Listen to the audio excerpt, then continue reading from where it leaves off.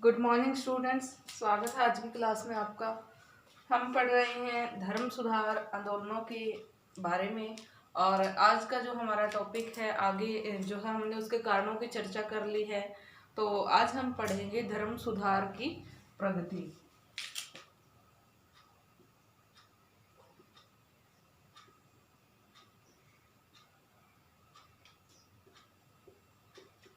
धर्म सुधार आंदोलनों की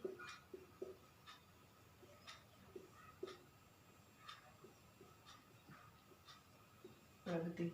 तो 14वीं शताब्दी में बहुत सारे सुधारकों की हमने बात की, जिसमें हमने हस की बात की, वाइक्लिफ की बात की, और हमने बात की इरेस्मस की। उन विद्वानों ने कोशिश की अपने विचारों द्वारा लोगों को जागृत करने की, चर्च की बुराइयों पे प्रहार करने की, चर्च के विरुद्ध जो है आलोचनापूर्ण लिखने की, लोगों को चेताने की, लोगों में जागृति लाने की, और चर्च की बुराइयों को लोगों के सामने पेश करने की। लेकिन हुआ क्या, इसका नतीजा जो है काफी बुरा उनको देखना पड़ा। इन धर्म सुधारकों की इन जो छोटी छोटी कोशिशों के बावजूद लोगों में जागृति जरूर आई, लेकिन उनको अपने प्राणों से हाथ धोना पड़ा, उनको अपनी जान गंवानी पड़ी। जैसे कि जॉन हस को जिंदा जला दिया गया था। वाइक्लिफ की यदि हम बात करें तो प्रोफेसर होते हुए भी जो है, हालांकि लोगों के लिए सम्मान के पात्र थे, लेकिन मरने के बाद भी उनके साथ बहुत बुरा व्यवहार जो है पोप के द्वारा किया गया था। उसको जो है दफनाई हुई कब्र से निकलवा करके जलवा दिया गया था। तो इस प्रकार से इन विद्वानों के साथ इन उस समय के मुख्य जो है धर्म आलोचकों के साथ बहुत ही बुरा बर्ताव किया गया था। और इन धर्म सुधारकों ने फिर भी अपनी कोशिशों को जो है जारी रखा था।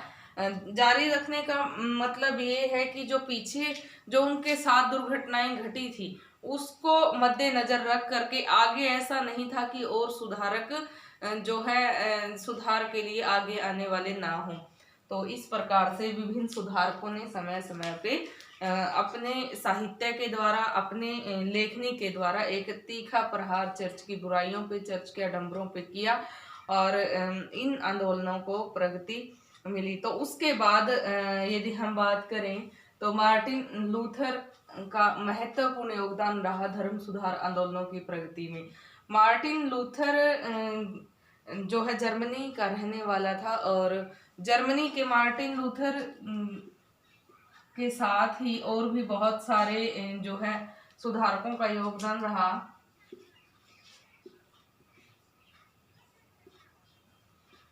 तो उनकी हम चर्चा कर लेते हैं। जर्मनी के मार्टिन लूथर थे, और स्कॉटलैंड के जॉन नॉक्स,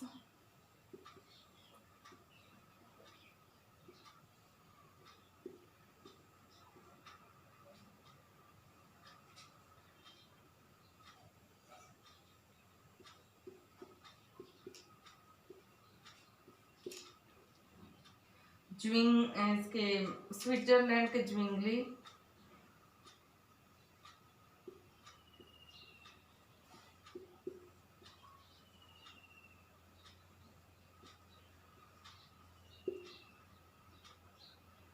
इंग्लैंड के सम्राट हेनरी अष्टम,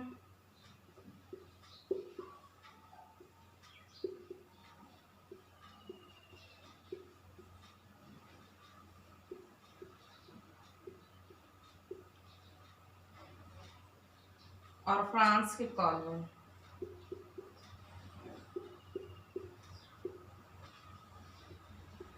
तो इस प्रकार से जर्मनी के मार्टिन लूथर का ही नहीं अपितु विभिन्न देशों का प्रमुख रूप से योगदान रहा था धर्म सुधार आंदोलनों की प्रगति में। और स्कॉटलैंड के जैसे जॉन नॉक्स ने, स्विट्जरलैंड के ज्विंगली ने, इंग्लैंड के सम्राट हेनरी सप्तम ने, और फ्रांस के जॉन कॉलविन ने जो है धर्म सुधार आंदोलनों की प्रगति में मुख्य भूमिका निभाई थी, और जिसके कारण से धर्म सुधार हुआ था। धर्म में आई हुई बुराइयां थी वो लोगों के सामने आई, और लोगों ने उन बुराइयों से ऊपर उठ करके अपने आप को उन आडंबरों से मुक्ति दी। तो सबसे पहले ये धर्म सुधार आंदोलन जो थे, ये जर्मनी में ही क्यों उत्पन्न हुए, इस बात पे हम चर्चा कर लेते हैं। क्योंकि जर्मनी के मार्टिन लूथर का हम नाम लेते हैं तो जर्मनी में ही क्यों उत्पन्न हुए।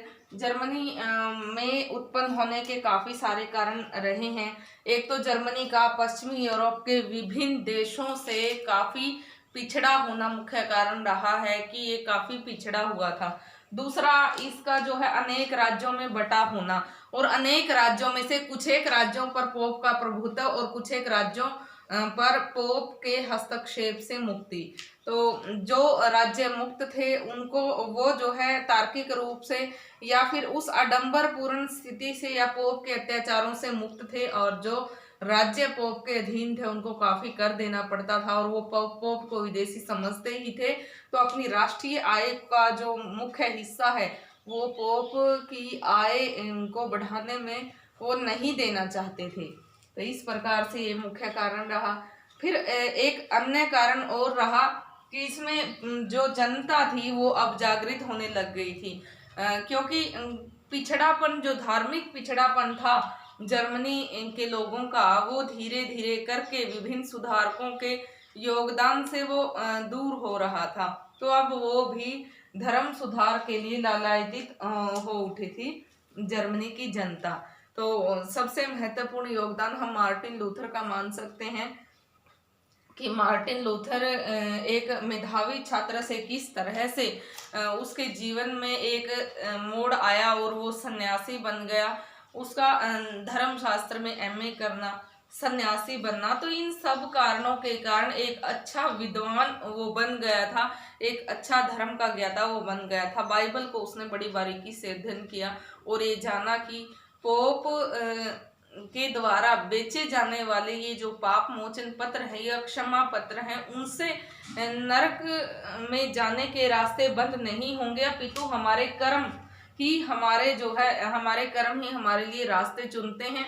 हम यदि ईश्वर की सच्ची भक्ति और सेवा करते हैं तो उससे ही हमें पापों से मुक्ति मिल सकती है। तो मार्टिन लूथर का सबसे महत्वपूर्ण योगदान रहा धर्म सुधार आंदोलनों में, जिसके कारण से जर्मनी में इसका शुरू होना जो है जर्मनी में इसका जन्म हम विभिन्न विद्वान जो है इसकी चर्चा करते हैं। तो अब हम पढ़ेंगे कि धर्म सुधार आंदोलन में मार्टिन लूथर का क्या योगदान रहा।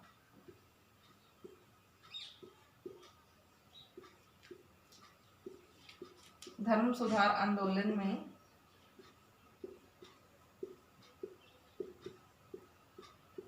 मार्टिन लूथर का योगदान। मार्टिन लूथर के प्रारंभिक जन्म व शिक्षा की हम बात कर लेते हैं। सबसे पहले मार्टिन लूथर का जन्म व प्रारंभिक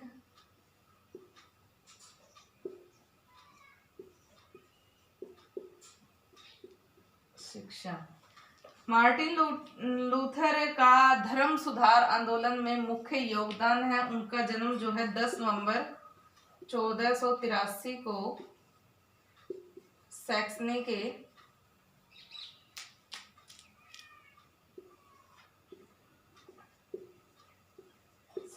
के इस्लीबेन में हुआ था। तो इस्लीबेन नामक छोटे से गांव में जन्मा मार्टिन लूथर जो है किस प्रकार से आगे उन्नति करता गया उसकी चर्चा हम इसमें करेंगे। 10 नवंबर 1483 को सैक्सनी के इस्लीबेन में हुआ था और जर्मनी का ही राज्य है ये सैक्सनी, और इसके माता का नाम मार्गरेट था और इनके पिता का नाम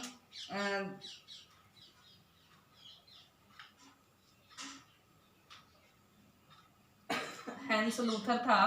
तो इस प्रकार से हैंस लूथर और मार्गरेट के घर जन्मे मार्टिन लूथर जो है बचपन से ही बहुत चुस्त दुरुस्त थे और ये बहुत ही मेधावी थे।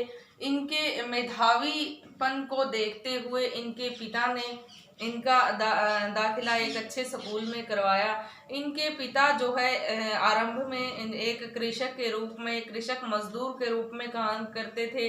फिर जो है ये एक खान मजदूर के रूप में इन्होंने अपना जीवन बिताया, लेकिन धीरे धीरे तरक्की करते हुए वो राज्यसभा के सदस्य बन गए थे। तो इस प्रकार, सॉरी, नगर सभा के सदस्य बन गए थे। तो इस प्रकार से धीरे धीरे तरक्की करते हुए जो है इन्होंने अपने पुत्र को अच्छा जीवन और अच्छी शिक्षा देने के लिए भरपूर कोशिशें की।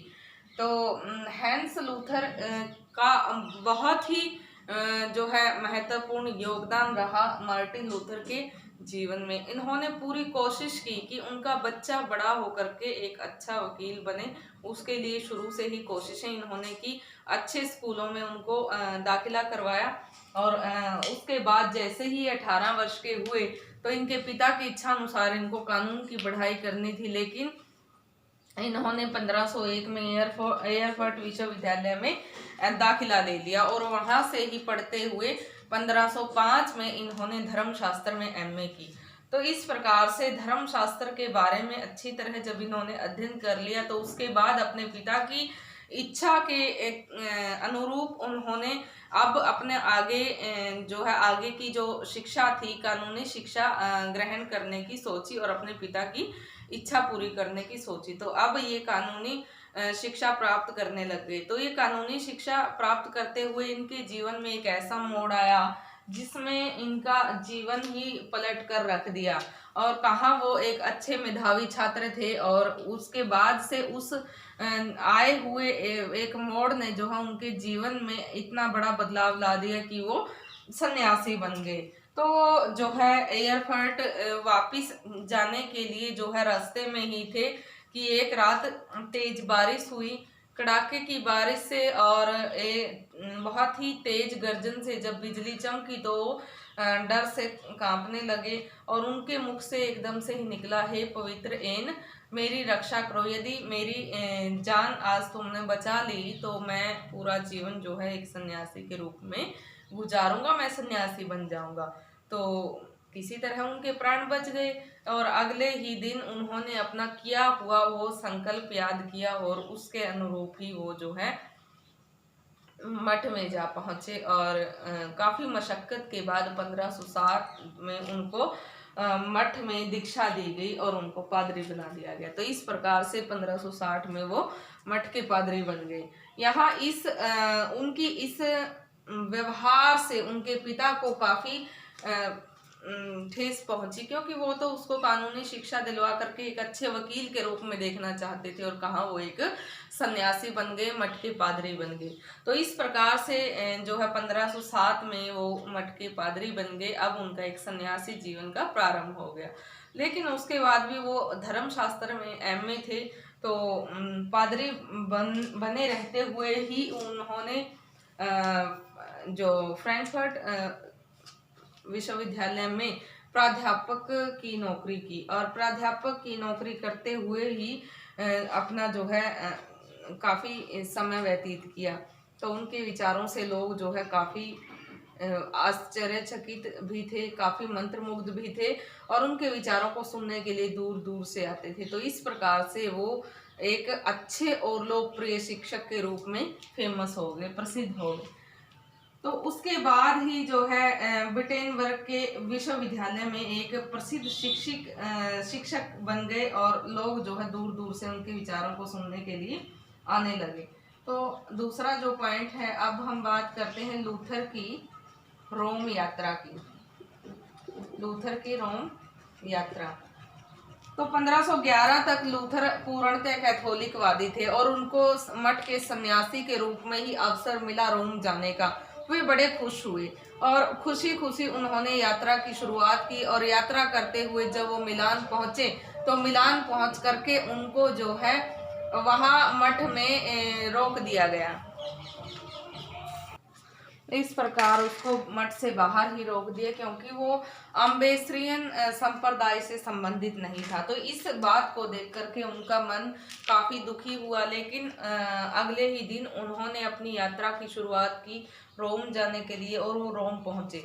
रोम पहुँच करके उसने जो है पोप के विलासमय जीवन को अपनी आँखों से देखा और पोप के अत्याचारों को अपनी आंखों से देखा, जो धर्म आचार्य थे उनके आचरण को देखा और उनके नैतिक पतन को अपनी आंखों से देखा। वो सब देख करके उनका मन दुखी हुआ और वो स्तब्ध रह गए, वो आश्चर्यचकित रह गए। अब उनका मन जो है उस आडंबर पूर्ण पोप के द्वारा दिए जाने वाले उपदेशों से हटने लगा। वो जो है वापिस आ गए और वापिस आकर के उन्होंने धर्म शास्त्र का पुनः जो है अध्ययन करना शुरू कर दिया। अब वो बाइबल का अध्ययन करने लग गए और बाइबल का उन्होंने बड़ी बारीकी से अध्ययन किया। यहाँ पे जो 1517 तक उन्होंने बाइबल का बड़ी बारीकी से अध्ययन किया और उसमें वो देखने लग गए कि क्या पोप जो बातें लोगों को उपदेश स्वरूप बता रहा है उसमें कितनी सच्चाई है और वो बाइबल से लिखी बातों से कितना मेल खाती है। तो यहाँ से एक बहुत ही बड़ा परिवर्तन आया लूथर की रोम यात्रा के बाद लूथर के जीवन में। तो जैसे ही जो है उसने बाइबल का अध्ययन किया तो उसका विश्वास चर्च के आडंबरों से उठने लग गया। तो उसे विश्वास हो गया कि धर्म के प्रधान शत्रु के रूप में जो उसकी संस्था के मुख्य संचालक हैं, धर्म की संस्था के मुख्य संचालक ही धर्म के प्रधान शत्रु हैं। वही धर्म को जो है गलत तरीके से बयान कर रहे हैं, लोगों को लूट रहे हैं और लोगों की जो ह्रास का कारण है, नैतिक पतन का भी कारण है। लोगों को झूठे आडंबरों में फंसाने के लिए वही जिम्मेदार हैं। तो इन सब बातों के कारण अब लूथर ने बाइबल का अच्छे से अध्ययन किया और बाइबल के अध्ययन के बाद ही वो बाइबल के आधार पे लोगों को उपदेश देने लग गए। तो अब इसके बाद जो है 1517 तक वो विटेनबर्ग विश्वविद्यालय में बहुत ही परिश्रम के साथ उन्होंने बाइबल का बड़े अच्छे से अध्ययन किया। आगे का 1517 में टेटजेल द्वारा क्षमा पत्रों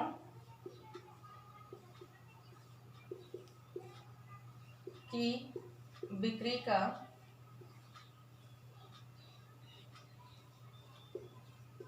लूथर द्वारा विरोध।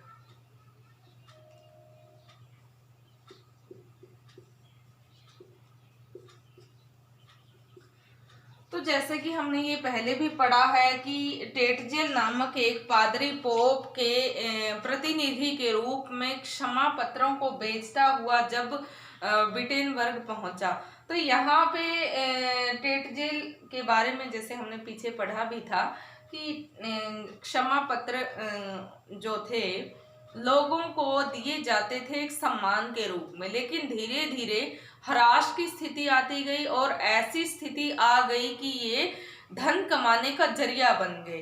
पहले ये 50 वर्षों के अंतराल में बेचे जाते थे, फिर 25 वर्षों के अंतराल में, और अब वो अंतराल बहुत कम हो गया क्योंकि यहाँ पे पोप के विलासी जीवन के कारण उनके धन में कमी आ गई थी और उस आर्थिक कमी को पूरा करने के लिए ये क्षमा पत्रों को या पाप मोचन पत्रों को बेच करके वो अपना शाही जीवन में कोई कमी नहीं करना चाहते थे, उसको वैसे ही चलाना चाहते थे। तो अब उन्होंने जो उस समय का पोप था उन्होंने जो है टेटजेल नामक पादरी को क्षमा पत्रों को बेचने के लिए प्रतिनिधि के रूप में भेजा। और जैसे ही विटेनबर्ग टेटजेल पहुंचा और उसने अपनी बातों का प्रचार किया कि इन क्षमा पत्रों को खरीद लो, तुम्हें जो है अपने पापों से मुक्ति मिल जाएगी और उस पापों से भी मुक्ति मिल जाएगी जो तुम भविष्य में करने वाले हो या जिनकी संभावना भविष्य में तुमसे होने को है। ये पाप मोचन पत्र या ये क्षमा पत्र खरीदने से तुम्हारे जो भूतकाल के पाप है वो तो जाएंगे ही जाएंगे, अपितु तुम्हारे जो आगे भविष्य के जो पाप हैं वो भी, उनसे भी तुम मुक्ति पालोगे।